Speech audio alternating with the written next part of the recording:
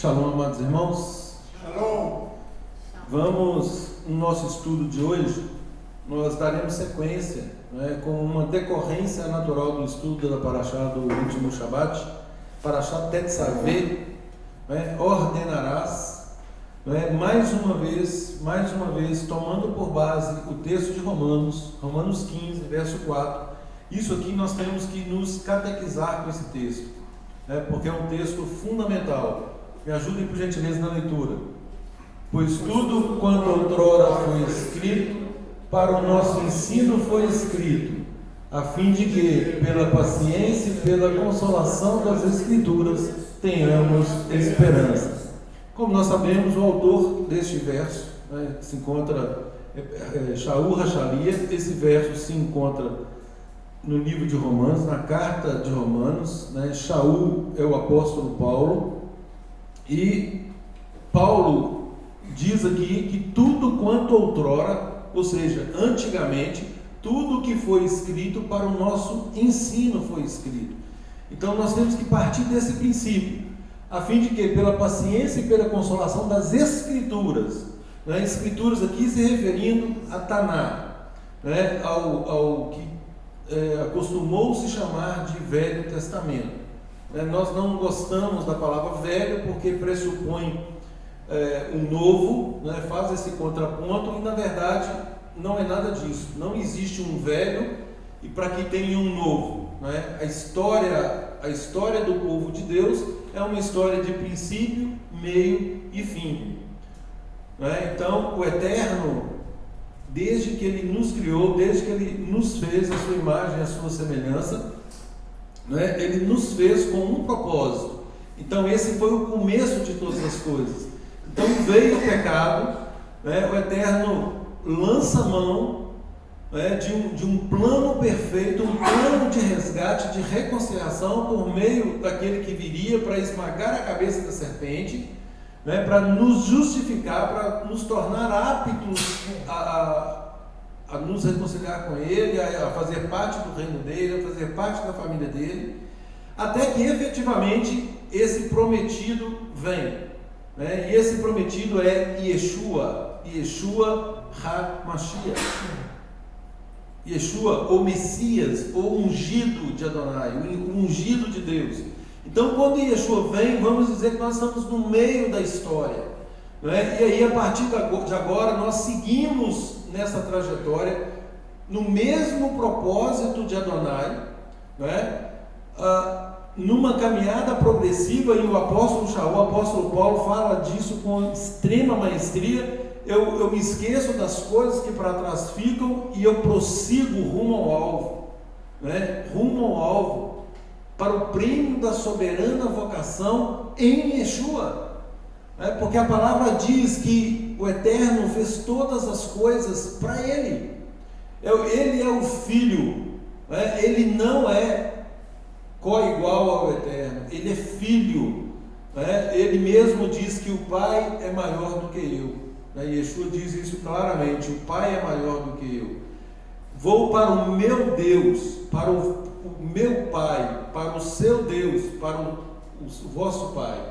Ou seja, Yeshua deixa claro que Ele tem um Deus e deixa claro que Ele tem um Pai. Então Yeshua, ao contrário do que muitos apregou, Yeshua cumpriu todas as profecias, toda a vontade do Pai no tocante à missão que lhe foi outorgada pelo Pai, ao ponto de dizer: a minha comida consiste em fazer a vontade daquele que me enviou. E infelizmente nós estamos nos deparando com ataques, ultimamente, sobretudo ao que nós chamamos de Brit Hadashah, vulgo Novo Testamento, ataques ferrenhos, ataques de credibilidade no tocante ao, entre aspas, Novo Testamento. Diga-se Brit Hadashah, diga-se nova aliança, ou melhor ainda, aliança renovada. Não se trata de uma nova porque a outra ficou velha. Trata-se, na verdade, de uma renovação daquela aliança que outrora foi feita. Ou seja, o Eterno não muda, ele deixa isso muito claro em sua palavra, né? Seca-se a erva e murcha sua flor, mas a palavra do Eterno permanece para sempre, para sempre. Então, no Eterno não há sombra ou variação de mudança.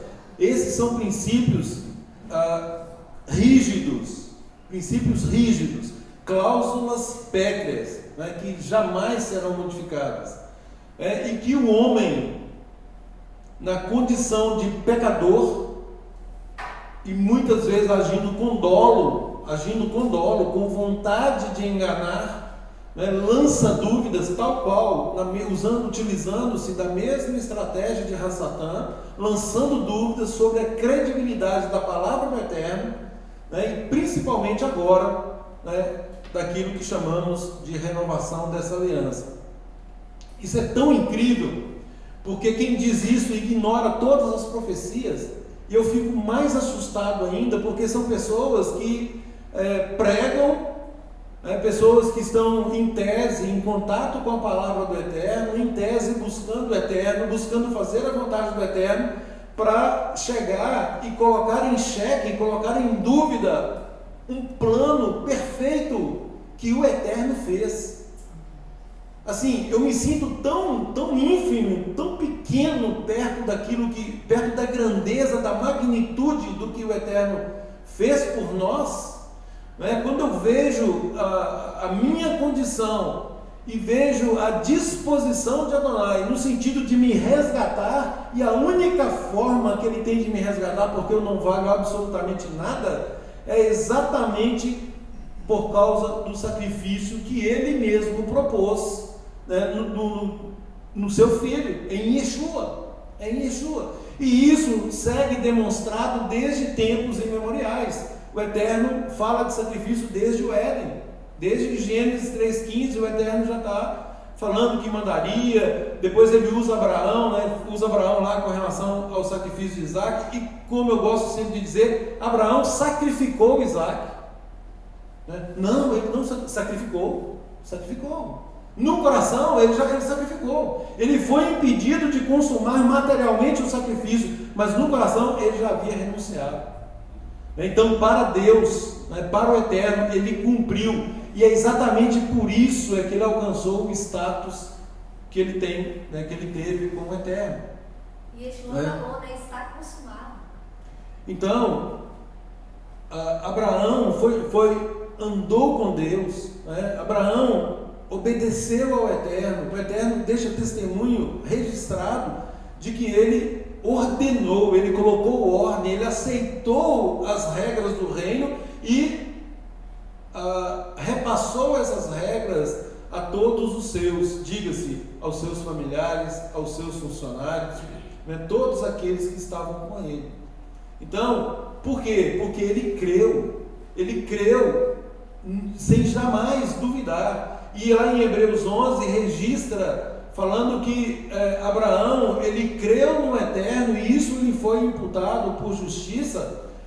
Por quê? Por que ele creu? Porque ele tinha convicção, certeza, de que se ele efetivamente viesse a consumar o ato, o Eterno seria poderoso, o Eterno é poderoso para ressuscitá-lo. Então, no coração já tinha renunciado, ele foi para ali já renunciando, e eu vou fazer porque o Eterno vai cumprir a parte dele. Isso é emuná. Emuná, ele é a confiança que ele tinha com o Eterno, e também certo da confiança do Eterno em relação à própria palavra. Então, hoje lança-se ataques a Brit Hadashah, e mais uma vez lembrando que é cumprimento, conforme está registrado em Hebreus 8, a Brit Hadashah, vulgo o Novo Testamento, é cumprimento de uma profecia, diga-se de Jeremias, diga-se da Taná, ou seja, Velho Testamento. Eu estou usando a expressão Velho Testamento, mas peço que desconsiderem, porque eu não tenho aqui a intenção de acoimá-lo de velho, não é nada disso. Mesmo assim não é correto.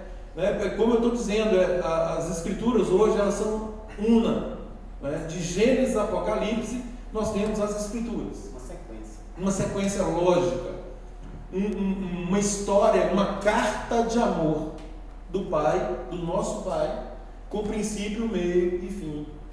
Mas lá em Jeremias 31, 33, está a promessa. Jeremias registra: eis que vem dia, diz Adonai, que farei uma nova aliança com a casa de Israel e com a casa de Judá, não conforme aquela aliança. Vejam bem, eu renovarei essa aliança. O termo correto é esse: eis que vem dia, diz Adonai, que renovarei a minha aliança. Não daquele jeito, eu vou renovar. Renovar como? Eu não vou mais, as leis que eu escrevi em pedras e em rolos, agora será onde? E são outras leis? Não. As mesmas, exatamente. Então, onde está a renovação? A renovação se encontra no local, não mais externo, não mais próximo de mim, mas dentro de mim. Não próximo de nós, mas dentro de nós, agora no nosso coração. E essa é exatamente a proposta de Yeshua. Quando Yeshua vem falar do reino do Pai, ele deixa muito claro que o reino, não pensem que o reino está ali, ou lá, ou acolá. Não, nada disso. O reino está dentro de vós. Dentro de vós. E isso, mais uma vez, vou registrar, isso incomoda. Incomoda. Por quê? Porque requer agora um governo. Quando Yeshua fala de reino, reino é a apresentação de um governo. Opa, agora tem um reino. Agora, vocês querem o reino? Ok, então vocês se submeterão às normas, às leis do rei. Mas peraí, eu gosto de governar minha vida, afinal de contas eu sou o cara. Eu dou conta de cuidar de mim mesmo. Dou conta de cuidar da minha família. Não, eu quero continuar fazendo a minha vontade. Então você está fora do reino. Porque no reino de Deus, quem manda é Deus. No reino de Deus, as regras, as leis são dele. E a partir de agora, você deixa de se governar e será governado pelas instruções de Deus. Isso é reino, isso é reino. E isso incomoda aqueles que, pensando que em agindo de acordo com o que está escrito, imaginam que vão alcançar a salvação por mérito próprio, onde o Eterno diz que não há um justo, nenhum sequer, todos pecaram e carecem da glória de Adonai, onde o Eterno deixa claro acerca da nossa natureza, no tocante por mais esforço que façamos, nós não conseguimos cumprir ipsilíteres as instruções dele. Mas espera aí, se então se eu não consigo, eu não preciso me esforçar? Será que é isso que ele está dizendo? Isso é uma interpretação, para dizer pouco, infantil, pueril, para não dizer outra coisa. Porque é óbvio que uma pessoa que diz que ama a Deus e quer servir ao Eterno, ela sabe que a partir de então ela é regida pelas normas do Eterno, não mais por conta própria. Agora são as regras do Eterno. E aí é lógico que eu quero conhecer que regras são essas, eu quero conhecer que instruções são essas. Então, gente, é nesse caminho que vieram os profetas.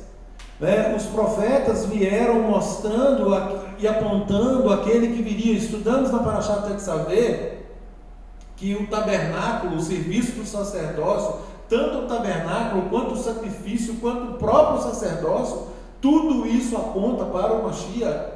Diga-se, Yeshua, não há outro Mashiach, não há outro. Nós não podemos brincar com as coisas do Eterno. Aliás, a palavra deixa isso muito claro: de Deus não se zomba, Deus não se permite escarnecer.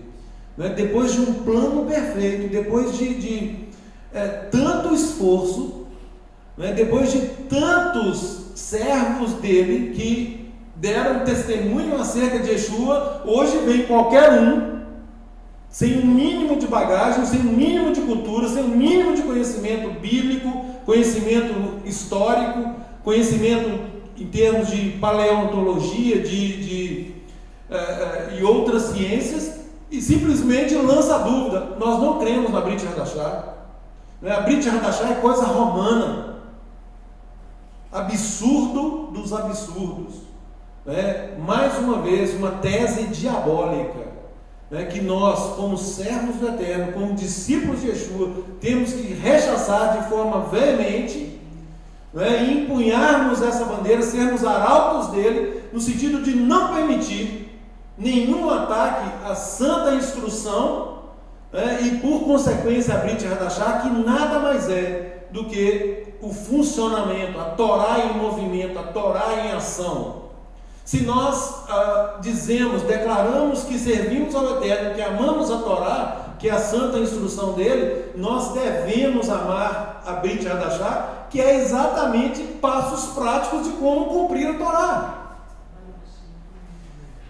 Gente, vamos lá. Vamos analisar aqui alguns argumentos. Eu quero que vocês agora raciocinem comigo, para saber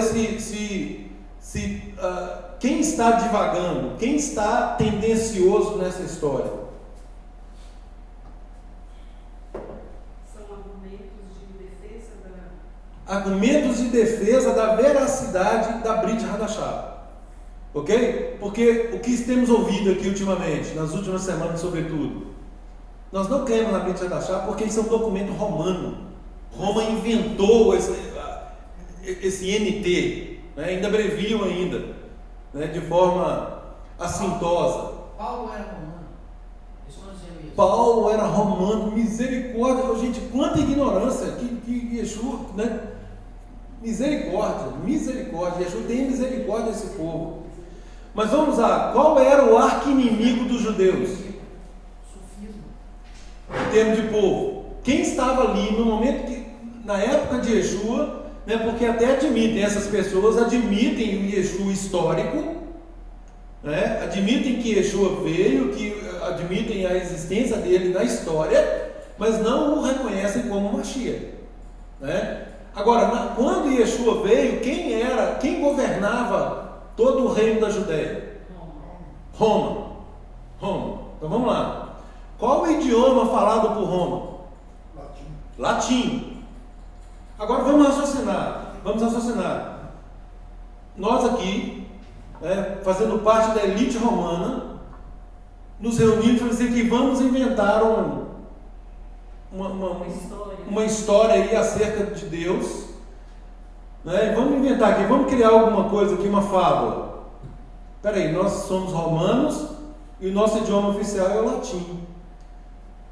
Mas espera aí, o Novo Testamento foi escrito em qual língua? Em grego. É claro que tem parte em aramaico, parte em hebraico, mas a sua grande maioria foi escrito em grego. Se nós, sendo romanos, nós estamos inventando isso aqui, nada mais natural que fazermos isso na nossa própria língua. É óbvio, eu vou colocar um idioma que eu não domino. Por que isso? Então, esse é o primeiro argumento para refutar, um argumento muito elementar para refutar essas pseudo-investidas. Outra coisa, sendo Roma, arqui-inimigo dos judeus, nós aqui de novo, vamos lá, nós romanos, principal inimigo dos judeus, nós vamos nossa nação romana é politeísta, é idólatra. Nós vamos inventar e vamos exaltar um Deus monoteísta e um judeu. Faz algum sentido isso? Faz algum sentido? Eu vou exaltar o que Roma chama de Jesus Cristo, e o nome correto dele é Yeshua. O Cristo aí é o ungido, então Yeshua o ungido, Yeshua a Mashiach. Então Roma agora está criando uma história exaltando um judeu. Faz sentido isso? Uma história linda, inclusive. Gente, os estudiosos, aquelas pessoas que se debruçam em cima de um texto para analisar esse texto. Os eruditos são chamados de críticos textuais, né? São os experts, são peritos em analisar para saber se uma obra pertence a uma pessoa ou não, né? Se ele tiver ali um parâmetro. Então, pelo estilo da linguagem, pela forma da escrita, enfim, tem vários requisitos que esses experts eles se utilizam para atestar a veracidade e a origem, né, de uma determinada obra. Todos eles que analisaram a Brit Hadashah, ou seja, o Novo Testamento, atestaram que o contexto que é tratado em todos os textos, né, sejam nos evangelhos, sejam nas cartas de Paulo, Pedro, João, Tiago, enfim, Hebreus e tal, o contexto era absolutamente semita, ou seja, tinha a ver com o povo da Torá, com o povo da instrução. E dizem que no contexto não há absolutamente nada que contraria o eixo principal da Brit Hadashah, que é a Torá.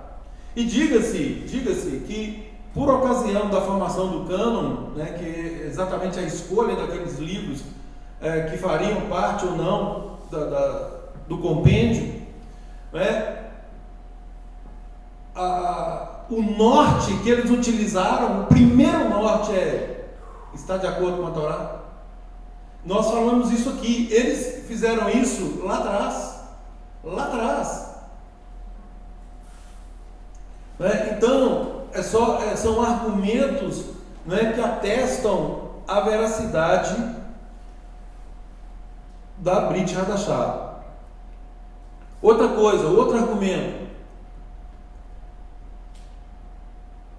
Esse conteúdo, né, no qual se diz que ele é eminentemente semita, Roma, admitindo aí que Roma tivesse criado, Roma não tinha, primeiro, vários documentos, né, que dão supedâneo à Brit Hadashah, eram documentos exclusivos dos judeus. Roma não tinha acesso a esses documentos. E outra, ela não conhecia a própria Torá, ela não conhecia toda a história do povo de Deus, ao ponto de escrever um Novo Testamento, né, com tanta eloquência, com tanta lógica, né, em plena harmonia com um eixo principal que ela nunca conheceu. Quer dizer, não faz nenhum sentido isso. Não faz nenhum sentido. Né? Seria a mesma coisa que nós nos juntássemos aqui para escrever sobre o Islã. Nós conhecemos alguma coisa do Islã? Eu particularmente não conheço. Né? Eu conheço o idioma deles, eu conheço as particularidades da cultura deles, eu conheço a base de conhecimento deles que levou à fé que eles têm hoje. Então, se me determinasse assim, Adilson, escreva sobre o Islã, sei lá, eu devo escrever umas 20, 30 linhas, não mais do que isso. E cheio de furos ali, né? E absolutamente desprovido de conteúdo, porque eu não tenho esse conhecimento. Agora, a Brit Hadashah, ela resgata todo o plano do Eterno, toda a vontade do Eterno, desde sempre, desde a origem, né? Ela trabalha esses conceitos, trabalha o que nós acabamos de cantar aqui, Kadosh, a questão da santidade, de aperfeiçoamento de caráter. Ela trabalha tudo isso e chega a uma conclusão perfeita.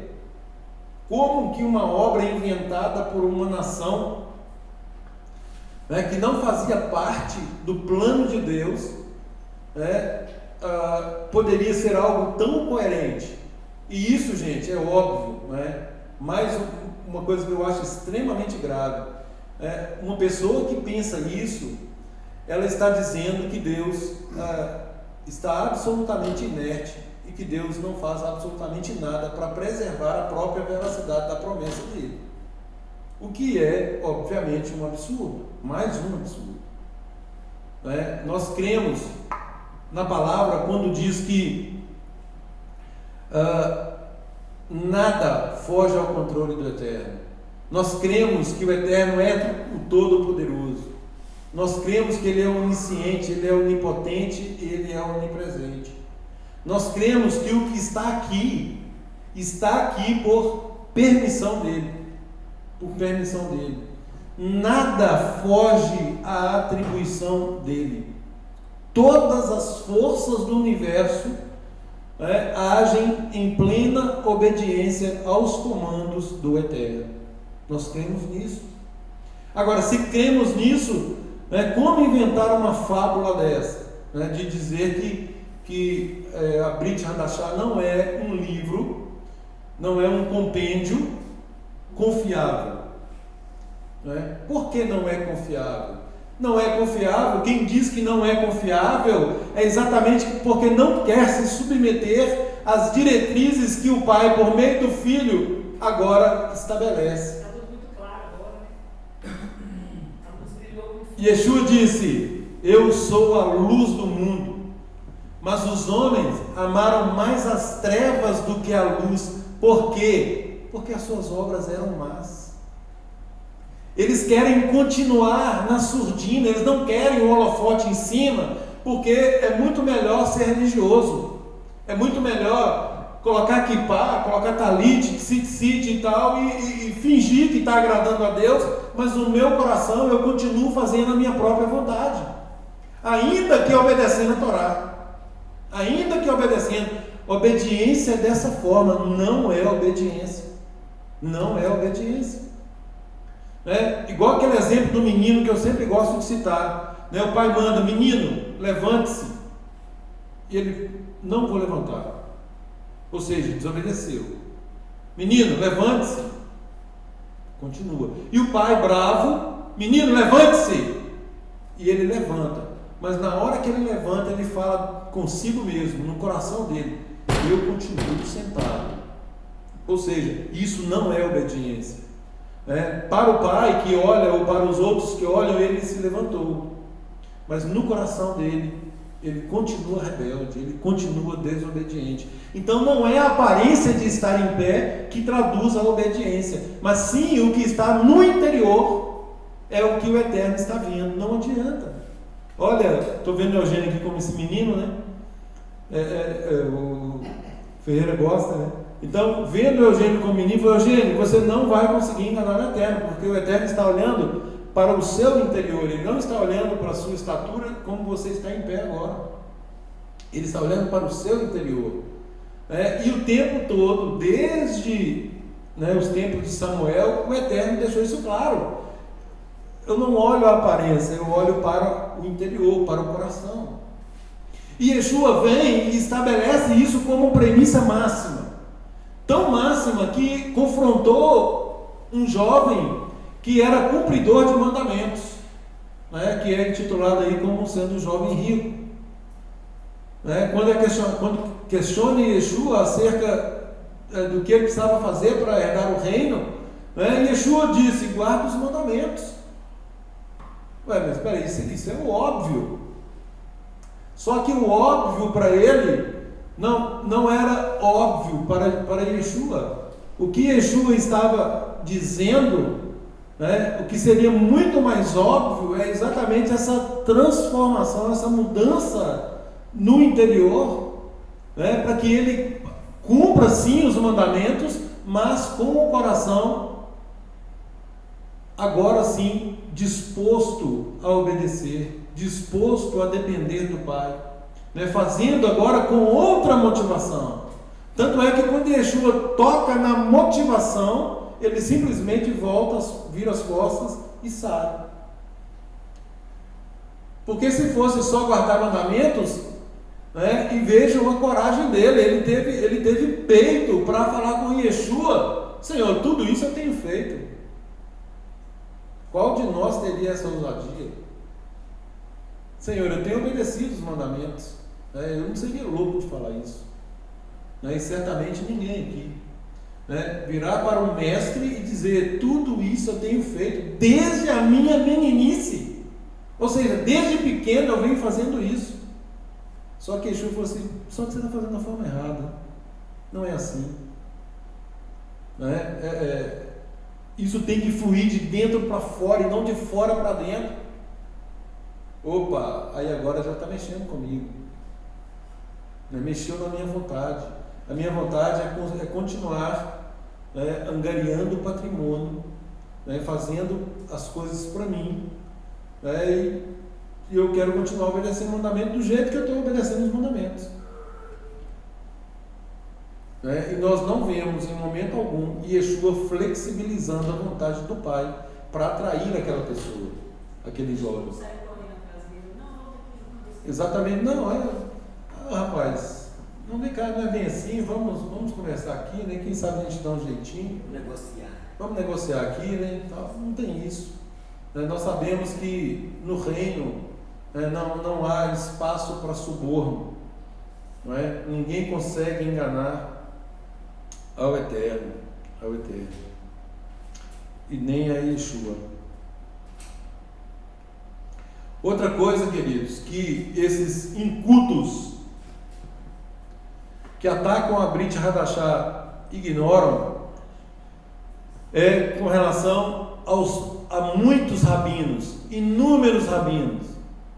E aliás, como documento histórico, a própria Brit Hadashah diz que dezenas de milhares de pessoas creram em Yeshua. E não creram nele como alguém histórico, não, creram nele como sendo o enviado, o Messias do Pai. Creram nele como Mashiach, como Yeshua, como ungido, Não é? Então, e até hoje nós vemos depoimentos de vários rabinos, né? Inclusive tem aí o rabino Shula, né? Que testemunha, né, que declara isso abertamente, né, que Yeshua é o Mashiach. Agora, eu olho para a vida do rabino Shula, né, nós tivemos na sinagoga dele lá em Israel, nós vimos as obras dele lá, nós temos conhecimento da trajetória dele. Né? Agora, quem são as pessoas que andam atacando a Brit Hadashah? Qual é o testemunho delas? Qual tipo de vidas elas têm? Será que elas têm uma casa ordenada? Será que elas têm a própria vida ordenada? Os filhos ordenados, conforme diz a palavra? O que elas têm feito efetivamente pelo reino, não para si, não orando de si para si,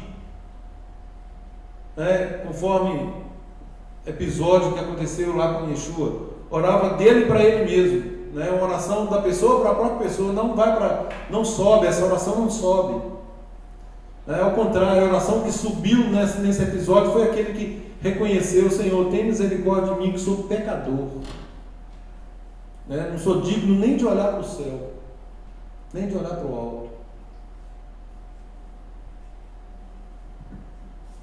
Então, ignoram essas pessoas, que são pessoas que têm uma trajetória, que têm um alicerce de fé, um alicerce de cultura, de conhecimento.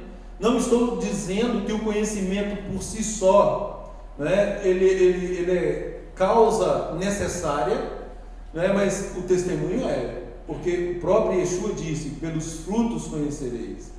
Então, nós, quando avaliamos alguma coisa, nós não avaliamos a pessoa pelo que ela é.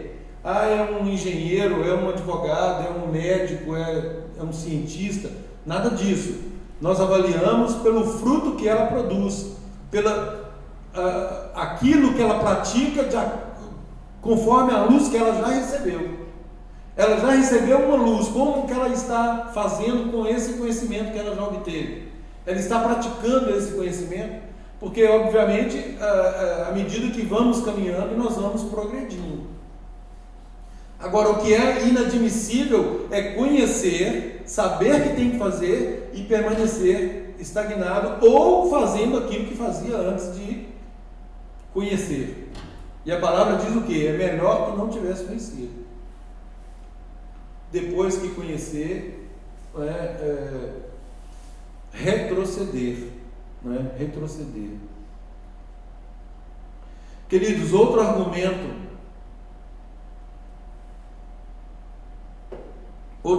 que é utilizado com relação a a questão da credibilidade, fala-se que porque na verdade não há nenhum escrito original, não foram encontrados os originais. Vocês sabiam que nem da Torá tem os originais? Todos são manuscritos, todos são cópias, até mesmo da Taná, todos são cópias, não há um original sequer, todos são cópias. Assim como as obras de Platão, como as obras de Aristóteles e tantos outros, né? E nunca, em aulas que assistimos, nunca um professor, na hora de falar sobre Platão, ele disse: nós vamos estudar aqui sobre Platão, mas eu já vou dizendo logo que eu não sei se na verdade isso é coisa, se foi ele, se isso é confiável ou não, se foi ele mesmo. Como que uma pessoa pode querer estudar ou pretender estudar algo, né, já com essa premissa? Muito pelo contrário, todos os estudiosos têm essas obras como fidedignas. E, diga-se, são obras de mais de 1000 anos.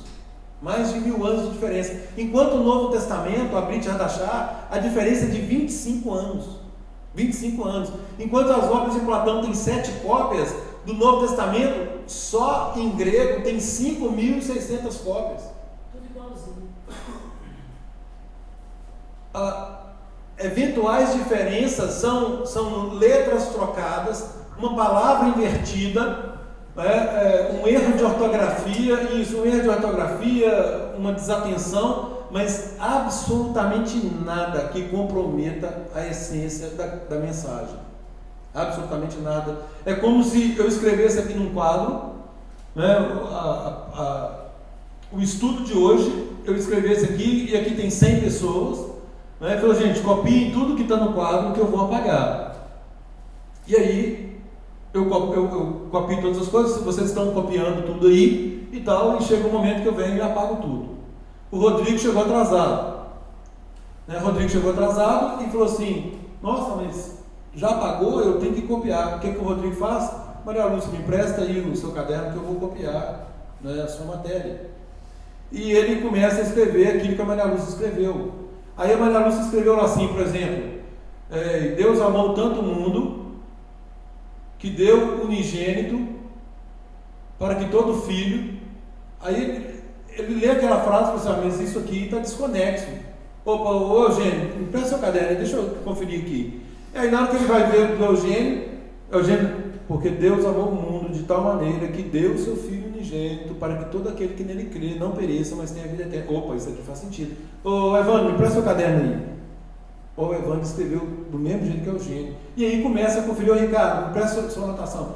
E o Rodrigo, muito zeloso que é, ele pega os 99 cadernos aqui e faz questão de comparar e ver que a Maria Lúcia trocou ali umas expressões, mas que não comprometem em absoluto a mensagem. E dá para resgatar ali o sentido das coisas.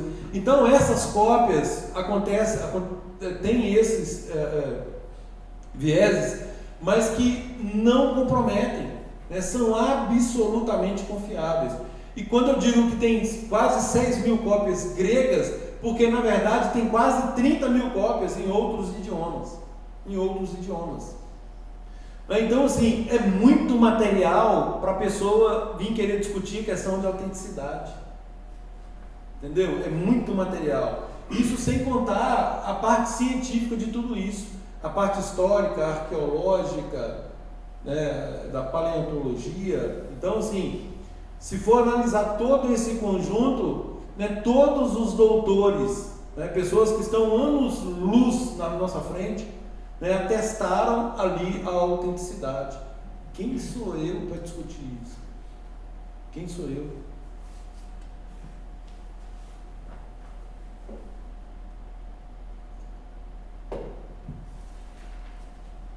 Outro argumento, gente, muito forte, esse eu amei esse argumento, é de que obras da antiguidade, vários autores, dentre eles Justino Marte, Irineu, Clemente de Alexandria, Orígenes, Tertuliano e tantos outros, eles escreveram várias obras literárias. E nessas obras literárias, eles fizeram citações da Brit Hadashah, vulgo Novo Testamento. Fizeram citações do Novo Testamento. Agora vejam, vamos combinar então, nós somos da cúpula romana. Gente, vamos acabar, vamos nos reunir aqui, vamos pegar todas as Bíblias que há no mundo e vamos destruí-las. Todas. Novo Testamento então nem se fala, vamos destruir tudo. Olhem para vocês verem o que é a atuação de Deus. Esses autores fizeram 36.289 citações da Brit Hadashah. Vocês sabem quantas citações há na Brit Hadashah? 36.300. Eles fizeram 36.289, ou seja, 11 citações a menos. O que isso significa? Pode acabar com todas as Bíblias que eu pego essas obras. Eu sou capaz de pegar essas obras e montar novamente a Brit Hadashah. Como duvidar disso?